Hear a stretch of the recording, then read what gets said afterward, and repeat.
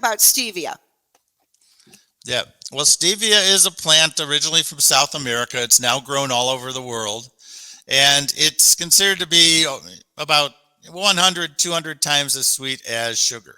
This compound, these steviosides. Now, the steviosides and riboside, that family of about a dozen compounds, they have different characteristics. Usually a mixture is used. The Reb A, one of the single compounds, is sometimes used, which is the strongest sweet spike, but it has kind of an odd taste. So the blend, the full spectrum ones tend to taste better.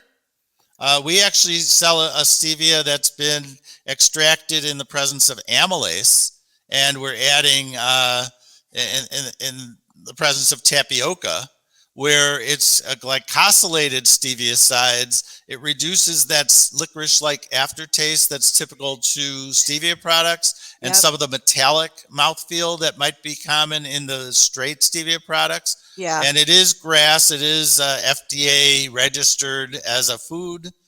There's great safety. Great safety profile. We use a certified organic material, by the way. So all of our stevia, as we call it, better stevia, is certified organic. And you could buy the straight extract. You can buy it in packets with rice maltodextrin. You can buy it in an organic version that's using an inulin type base. But it's all certified organic material. It's non-GMO. It tastes sweet, but it's basically non-caloric. And if you need to bulk it up, we'll use rice maltodextrin typically, or organic inulin, depending on the use. And we also have liquid versions that use either glycerin or alcohol. On the organic versions, that would be organic alcohol, that kind of thing. Yes. And, people love, especially the flavored stevias. But years ago, when it first came to the market and people were first learning about stevia, and we would tell them, I'd tell them, take a toothpick. If you're going to sweeten your tea or your coffee, use the tip of a toothpick, put it in the stevia liquid, put it in your coffee. It was enough to sweeten the whole thing. So it's funny when people come in and say, I don't like the taste of that stuff. It's always because they used way too much of it. Yeah, they get an aftertaste. And they get that bitter aftertaste. Yeah, that's not good. So you're saying that's when they only use the part of one of the components of stevia. When that happens. The Reb A has a very strong sweet spike, but it does not taste very good. Right. So when you use the whole component of the stevia, then it helps the flavor a little bit. It doesn't give that aftertaste. Is that right? Yeah, and when we extract it using the amylase enzyme in the process, that also removes some of the unpleasant flavors or the aftertaste. And that digestion would happen in your stomach anyway.